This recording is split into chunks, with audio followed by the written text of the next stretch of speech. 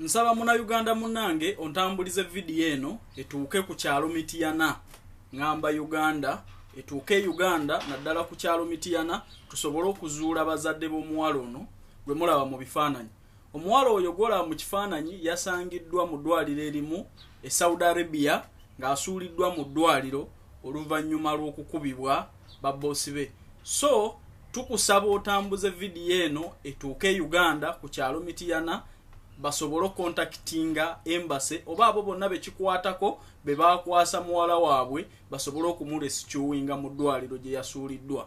Tukusaba otambuze video eno etuuke ku kyalo Mityana. Omuwala ono agambibwa okubeera nti amannya ge ye Diana ye twakategeerako naye nga yasangiddwa mu ddwaliro nga bwe mumulaba. So nkusaba ontambulize video eno n'ebifaananyi ebyo bigenderako.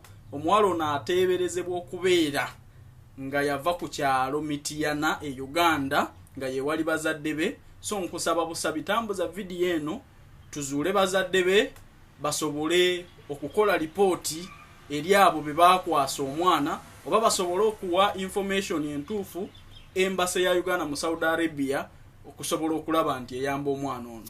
Omukama akumpeera omukisa nga tununula muganda waffe ono gwe basanze mu ddwaliro erimu mu Saudi Arabia. Eddwaliro erinnya lyeryo nditaddeko awo n'amannya g'omwana geego ge twakafunako n'ekyalo era nkiwandiise Mityana Uganda n'ennamba z'essimu ez'embase zeezo n'eyange kweri bonna aba oyagala information gye yavudde naye ng'ekikulu twagala kulaba bazadde ba mwana ono basobole okukola lipooti ku abo be bakwasa omwana basobole okuyamba omwana. Yasangibwa nga yasuulibwa mu ddwaliro ali eyo taliiko ayamba bamusiba emiguwa ng'era bwe mulaba mu bifaananyi.